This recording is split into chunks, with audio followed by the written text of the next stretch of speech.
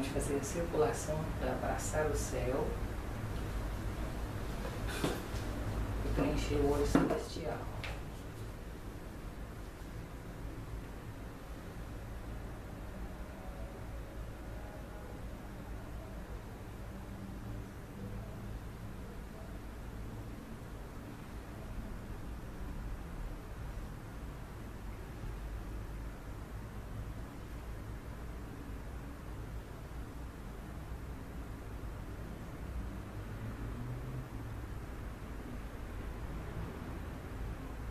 Tendo sempre a atenção pura.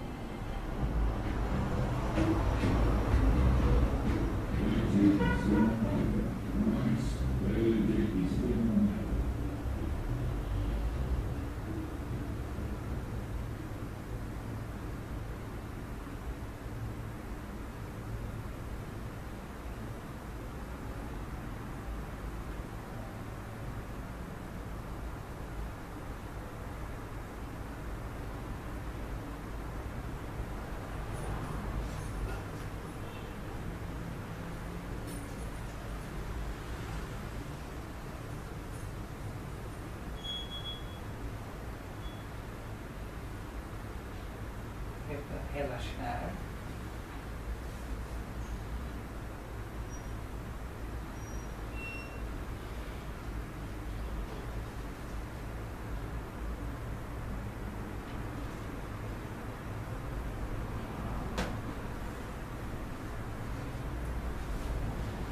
Para se conseguir cultivar a meditação e assim ter um bom resultado, progredir, inicialmente é preciso preparar o corpo.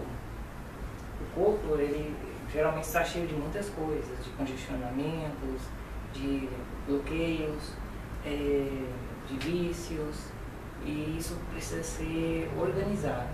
As práticas iniciais que envolvem movimentos físicos que cultivam o Qi, vai purificar essa energia turva que o corpo tem, equilibrar a circulação da energia, fortalecer essa energia, colocar em harmonia o movimento dessa energia interna nos canais, nos órgãos, regular o equilíbrio dos órgãos, porque cada órgão, às vezes, um está funcionando em deficiência, o outro está em sobrecarga.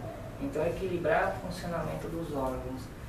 Existe toda uma organização corporal e química que facilita que a pessoa tenha mais capacidade de conseguir direcionar a mente, tirando a mente desse turbilhão de constantes pensamentos e ansiedade.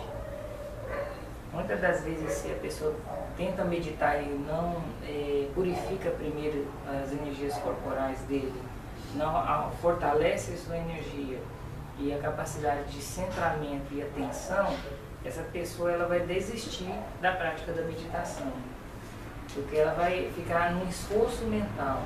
E a prática da meditação taoísta, ou os budistas também, não é uma atitude de esforço mental.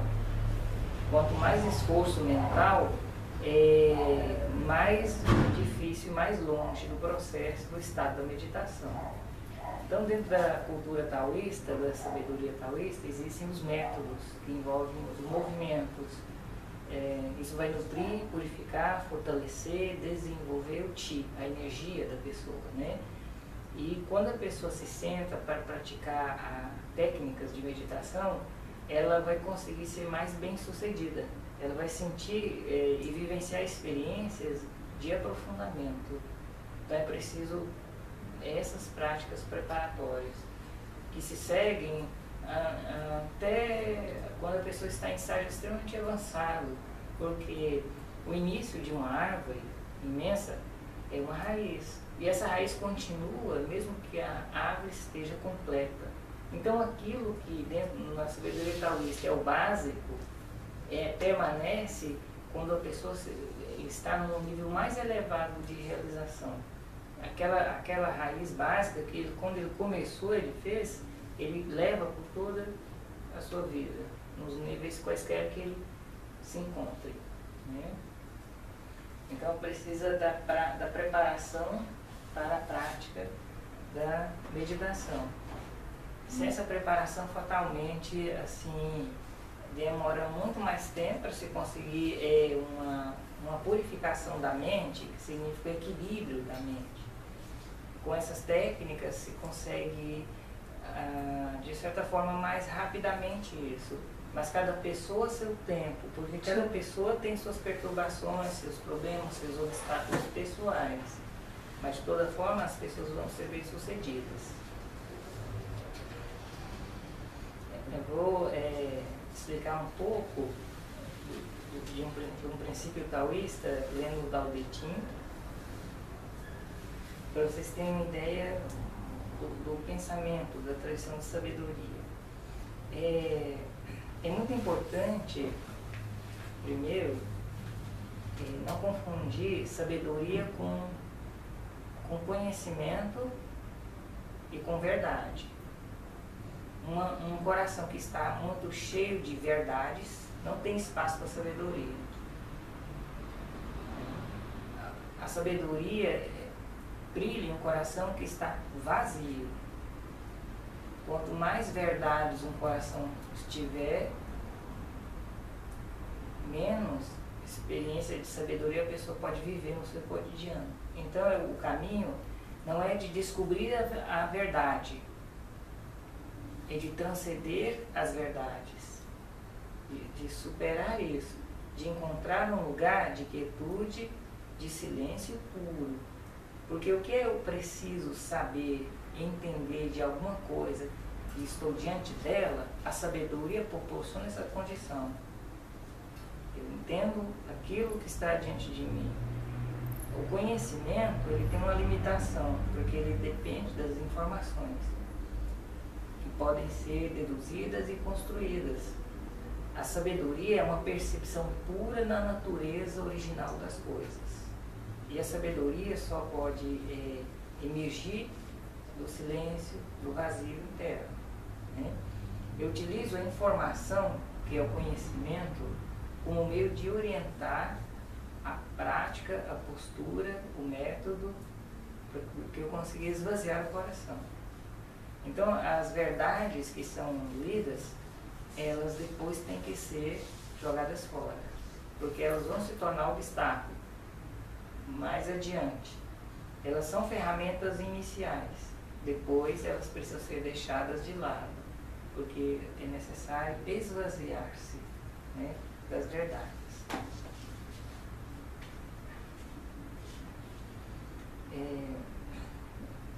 O Tao Te Ching, que foi escrito por Lao Tzu, ele tem capítulos dele, né? Esse aqui é o 36, segundo a ordem da tradução desse livro. São várias traduções, aí tem diferenças, né, na linguagem. Para querer iniciar o recolhimento, é necessário consolidar a expansão.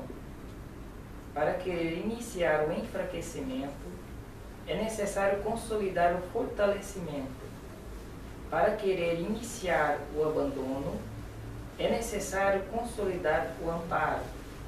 Para querer iniciar a subtração, é necessário consolidar o aumento. Isso se chama breve iluminação. O suave e o fraco vencem o rígido e o forte. Os peixes não podem separar-se do lago. O reino que tem o instrumento afiado não pode colocá-lo à visão do homem. Vou falar brevemente só de alguns princípios aqui. Para querer iniciar o recolhimento, é necessário consolidar a expansão. Esse recolhimento é a capacidade de estar consigo mesmo, por exemplo. O recolhimento é a capacidade de conseguir sair das sensações desenfreadas, por exemplo, dos constantes desejos e ansiedades, e conseguir ficar em um ponto de satisfatoriedade onde os sentidos não estejam envolvidos com coisas. Os sentidos de ouvir, os sentidos do paladar, do olfato, os sentidos, o sentido das percepções. Eu estou ocupando minha percepção com alguma coisa. Está havendo um preenchimento de um espaço. Então, esse recolhimento é quando eu posso direcionar os meus sentidos para um lugar que não tem por suporte nada. Eu, de repente, vou escutar uma música e essa música me tira das ansiedades, que eu fico concentrado naquilo, então eu fico ali. Os problemas que eu venho estar vivendo ficam meio diminuídos. A ansiedade por alguma coisa fica, de certa forma, meio ausente, porque minha concentração está na música. Eu coloquei meus sentidos ali. Coloco meus sentidos em muitas coisas que eu quero conseguir depois, e que estou empenhado, né, para conseguir. Então os sentidos estão focados em certa direção. Eles estão indo para fora, mas de uma forma fragmentada, não integrada.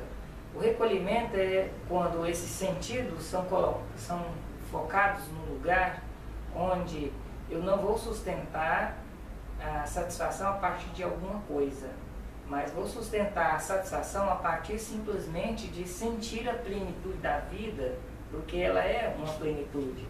E sentindo a plenitude da vida, eu vou sentir e perceber a realidade do tal, né?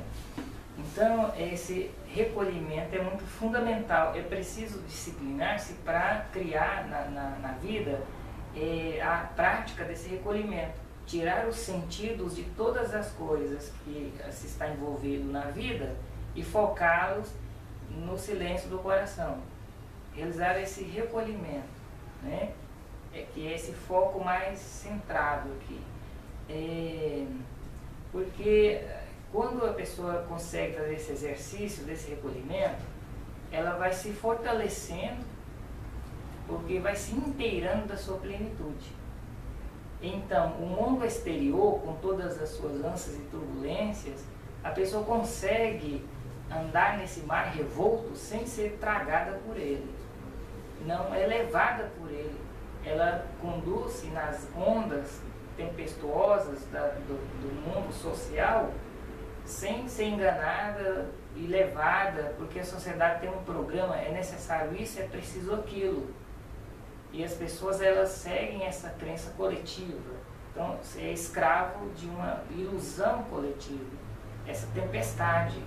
Quando as pessoas não se ajustam a isso, o que é necessário, como é visto pela sociedade, elas ficam infelizes, porque elas se sentem menos, valem menos, elas se sentem excluídas, elas acham que não poderão ser incluídas em determinado lugar, determinado grupo. Então há uma luta para se fazer aquilo que a sociedade diz que é necessário para que a vida seja de fato uma vida bem-sucedida. Quando se consegue praticar esse recolhimento, tirar os sentidos de tudo isso, se pode andar em meio a essa tempestade, fazendo aquilo que é necessário segundo o seu objetivo de vida, sem ser levado pela ilusão coletiva, da ânsia e da fome incessante, né, da coletividade.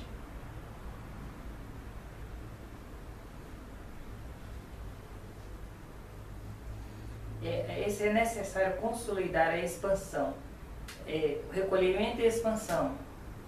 É preciso que você consiga expandir suas energias. As energias estão muito oprimidas. A energia pura do coração, a natureza pura do coração. O Chi está muito oprimido, muito turvo, envenenado. Por exemplo, a sua energia pessoal está envenenada, turva. Desculpa, pessoal.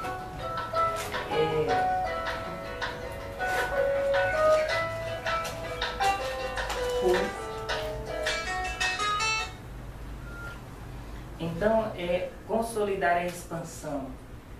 É importante que você consiga desenvolver o seu Chi, ampliar esse Chi de uma forma equilibrada e harmonizada. É importante expandir os atributos, as virtudes do coração. Com a natureza do coração é a grande clareza. Então essas virtudes, com recolhimento ou centramento nesse interno, se pode conseguir expandir essas virtudes. Estar consciente dessas virtudes como percepção e sentimento, unido num só, tornando atitude e comportamento, né? Então essa expansão, é preciso expandir esse Ti, é necessário expandir esses atributos refinados do coração, porque se não houver essa expansão, a turbulência do mundo vai levar a pessoa. Ela não vai ter forças, ela tem um entendimento intelectual, mas não tem a condição de resistir àquilo. E isso a leva porque ela é tragada por uma insegurança, por uma incerteza. Ela não tem certeza sobre o que ela está pensando, sobre o caminho que ela decidiu, porque ela não vive uma experiência disso.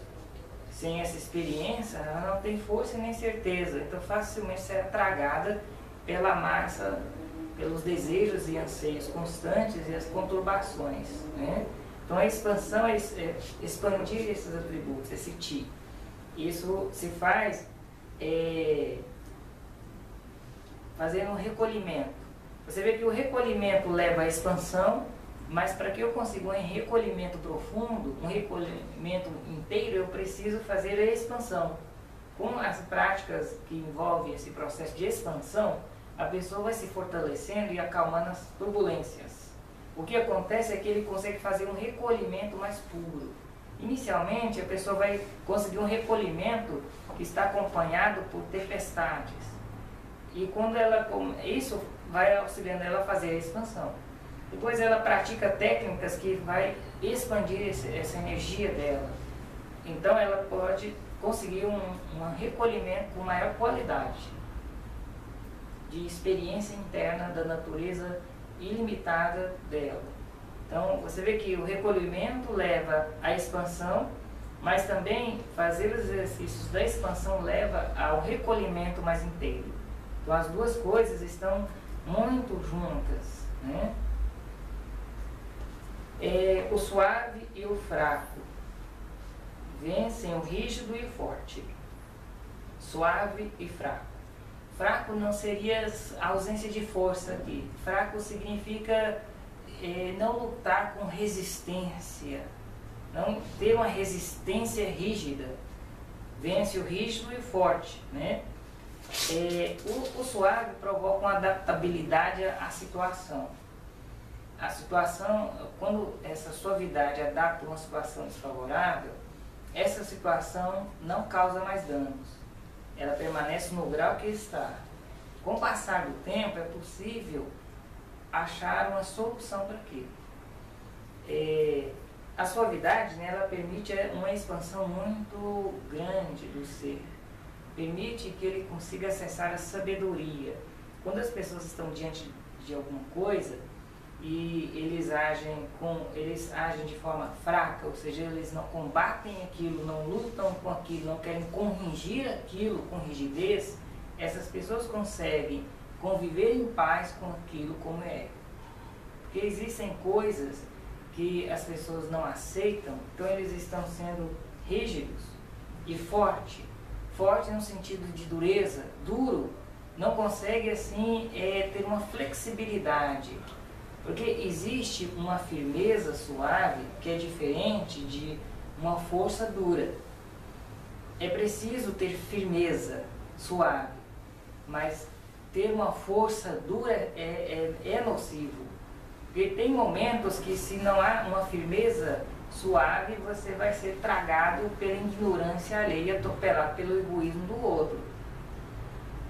Se você tem uma firmeza, uma rigidez, está tentando sublimar você e você junto com ele, né? Então é preciso assim conseguir exercitar isso. Esse suave, o fraco, então existe uma observação, uma postura, uma capacidade de ter uma certa flexibilidade, isso acompanhado de discernimento. a vida fica mais fácil, menos pesada, quando se vai sempre refletindo e praticando a suavidade e a ausência da rigidez. As dificuldades e impasses vão estar no caminho.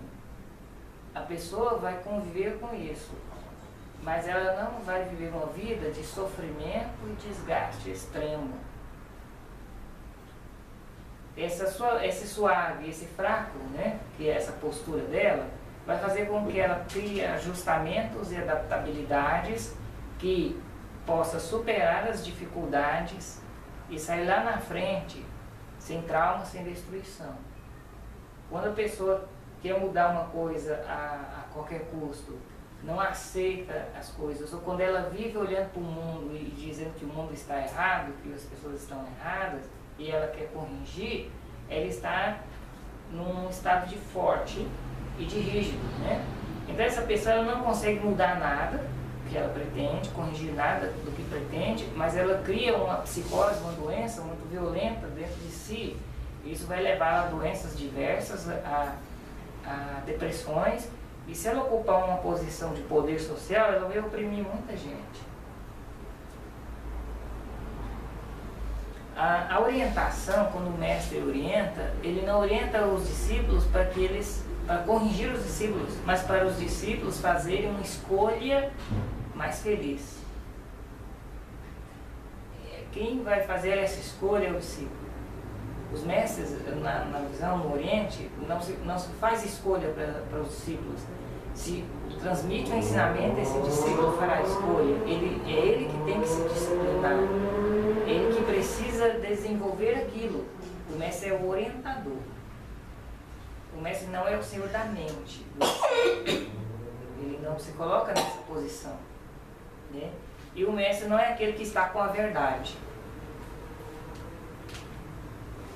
Então é muito importante essas posturas. Vou explicar só um pouco disso, depois a gente estuda mais capítulos e aprofunda mais detalhadamente. Porque essa parte explicada é a parte que a gente chama da porta aberta. A porta aberta seria ensinamentos mais filosóficos.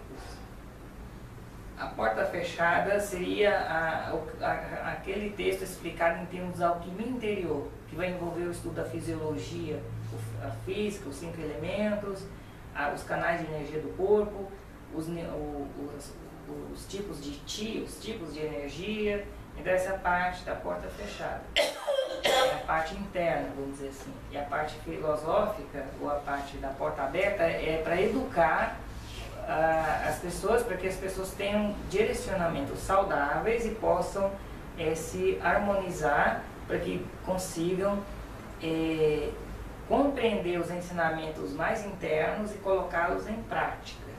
Se as pessoas não estão preparadas, desenvolvidas no seu equilíbrio, no seu fortalecimento interno, eles vão entender os ensinamentos mais internos de forma intelectual e não vão ser capazes de praticá-los. Então eles vão dar uma interpretação a eles sem experiência. Essa interpretação ela vai estar carregada de ideias equivocadas, né? Isso leva a nada, não se alcança nada. Então é preciso ter um cultivo e uma observação mais cuidadosa e ter mais critério. A exigência precisa ser do estudante. O estudante precisa ser exigente consigo mesmo. Ele estudou uma coisa, ele vai fazer isso com honradez, com amabilidade, com devoção, com atenção, e ele vai cultivar aquilo para processar aquilo, chegar a alguma experiência. Por essa experiência ele aprofunda mais e descobre mais, né? Vai vivendo estados de vivência, né? Então isso é muito importante. Caso não haja práticas, é muito difícil que se chegue a algum lugar de fato. O ser humano, a capacidade da inteligência dele é imensa. Então as pessoas facilmente poderiam ler textos escritos de forma complicada poderiam armazenar informações, uma quantidade imensa de informações. Então não é por esse caminho que a gente vai, é por um caminho de viver, não é por um caminho de saber. Nós procuramos não saber. Depois, com o tempo, quando vai se estudando os conceitos, vai se entendendo isso, e se percebendo isso. Porque o nosso objetivo é despertar a sabedoria, não conhecer alguma coisa. Quando a gente, no pensamento chinês, assim, tem uma árvore ali, no lago. Aí a filosofia ocidental olha e fala, o que é isso? Começa a explicar o que é a árvore. Aí o pensamento oriental olha, para que é isso? Para que serve a árvore? Aí ele usa a árvore para que ela serve e ele vive a razão da árvore existir. Não busca saber o que é a árvore, mas para que a árvore serve. É para quê? Para que eu ando assim? Né? Essa visão, ela vai aprofundando em um nível mais profundo. Então a visão oriental não é o que é para quê? Para que é isso ali? Que uso, que significado tem, né? Não tenta explicar as coisas, mas vivenciar a natureza das coisas. Então, isso só se consegue alcançando esse silêncio interior. Você pode ter um relacionamento com as coisas, vivenciando a natureza delas. A natureza delas vai envolver o sentido, o significado, a função, o que isso contribui para a vida, né? Quando eu estava na Embaixada da China arrumando lá o passaporte, né? Aí eu estava esperando ali o pessoal que estava na frente preenchendo os documentos.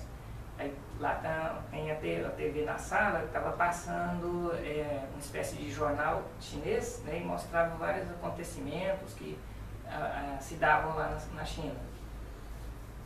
Eu vi um caso desse, mais esses dias recentes, parecido com esse.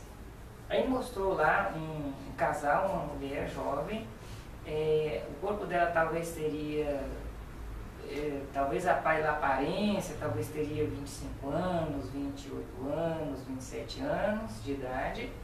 E ela estava se realizando uma cerimônia de casamento, né? O casamento chinês é diferente do ocidental, né? O casamento oriental. Quem realiza o casamento é a família, não são sacerdotes, né? Se você quer que um sacerdote budista ou taoísta faça alguma coisa, você vai lá e pede para ele, mas a família é que faz o processo do casamento, né? Então eles estavam fazendo uma cerimônia de casamento. E o noivo dela, que também tinha uma idade mais ou menos compatível, mas pela aparência era um pouco mais velho, né, fisicamente, tinha uma coisa, algo diferente ali. Ele tinha uma doença que daqui para baixo do pescoço ele era paralisado. Então ele se movia assim, ou assim, ele não tinha movimento. Ele não era duro, rígido, mas ele não tinha capacidade de se mover. Então aí ele estava deitado, vestido com a roupa de casamento dele, ele estava deitado, ela aqui com aquele vestido noivo dela, as maquiagens tudo, de pé, perto dele, ele deitado. Até para falar ele não falava direito, tá? São umas palavras meio difíceis de entender, tem que prestar atenção para saber o que ele está querendo dizer, que afetou até um pouco a voz, né? Mas ele conseguia falar, só que tem que ouvir melhor para entender ele. Ele estava deitado ali. Aí, assim, ela estava casando-se com uma pessoa nessas condições, né? Você observa, assim, que tipo de visão que essa pessoa, que essa mulher tem do homem. Qual a postura dela, o que ela enxerga no homem. Porque ele não ofereceria nada promissor. ele não pode trabalhar se ele não tiver um treinamento para alguma coisa específica para a condição dele, né? Que existe, mas não se sabe se ele tem acesso a isso, se ele sabe que existe uma possibilidade. Ele não pode fazer muitas coisas que um homem que está saudável fisicamente pode. Mas aquela pessoa estava determinada a ter uma devoção, dedicação amorosa àquela pessoa naquelas condições. Então, qual é a natureza que ela estava contemplando ali, vislumbrando? Que relacionamento ela estava, de fato, tecendo com aquela pessoa, né? Então, fez um casamento. Um caso semelhante que eu vi essa semana passada, foi que um homem foi pedir uma cadeira elétrica num programa de TV. Ele tinha uma vida saudável, aí ele sofreu uma queda, né?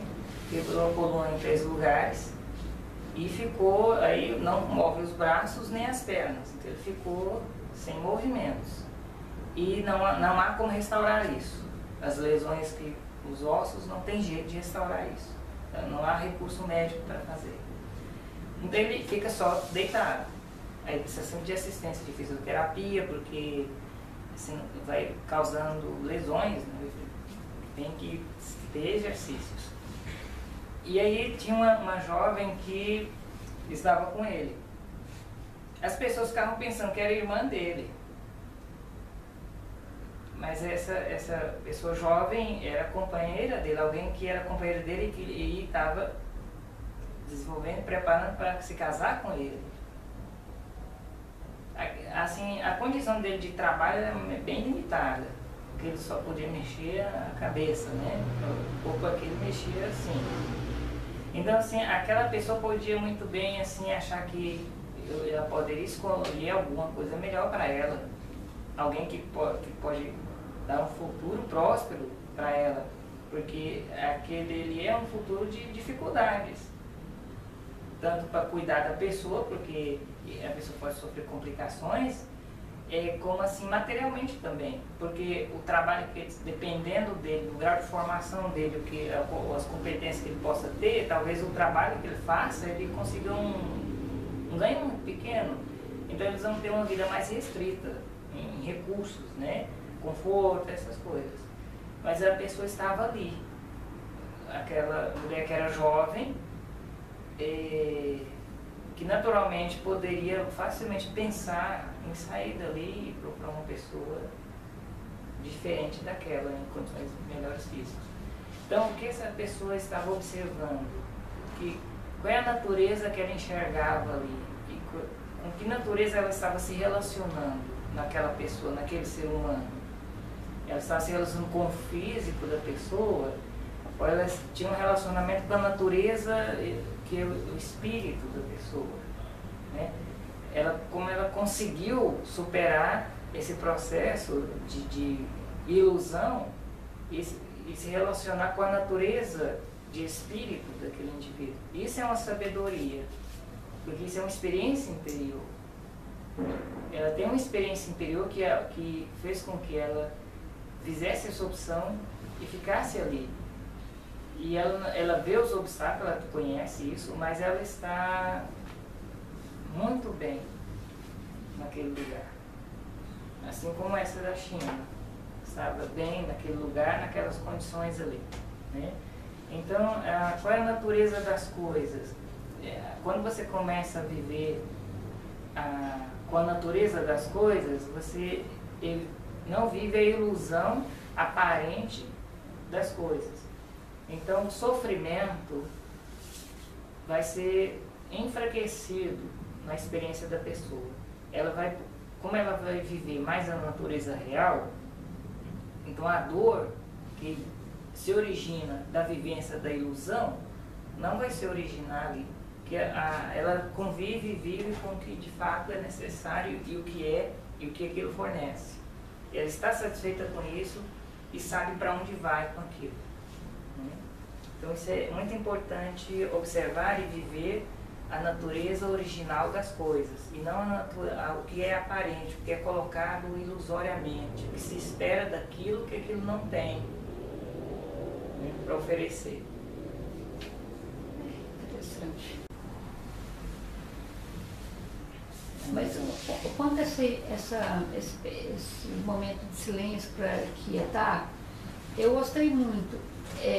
Aí muitas vezes eu tentava fazer assim, através de uma música que eu entrasse dentro da música mais suave, sempre orquestrada, né, assim, canto, para mim conseguir transcender, assim, Sim. ir mais longe no imaginário de uma paisagem legal. Mas assim, eu gostei mais, porque... Assim, nos nossos cultivos não se usa música, né, para meditação. No caso, assim, essa, por exemplo, se eu for fazer em casa treinar, eu gostei muito dos movimentos.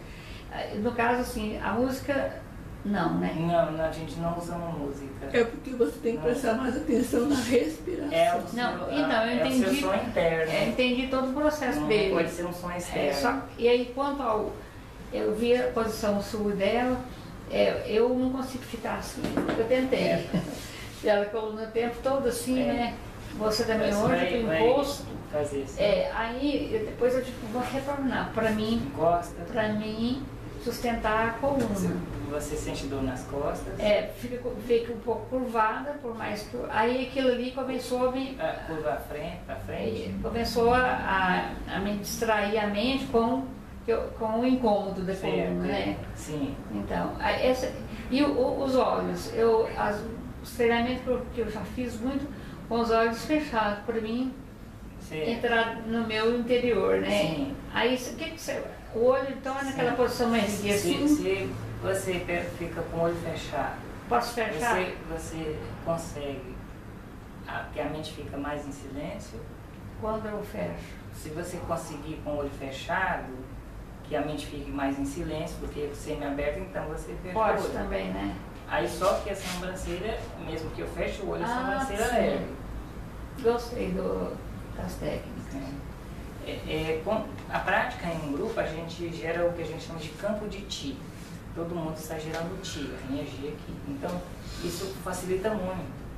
A prática sozinho, eu vou desenvolver um Chi, vamos dizer, eu estou só eu ali, né? Sim. Então, a prática em comunidade é muito importante para fortalecer. A gente vai intensificando a informação, o conhecimento, fazendo treinamento, para as pessoas aprenderem os métodos e poder estar praticando melhor e obter melhor resultado. O meu falando muito do meu sono ali, ó.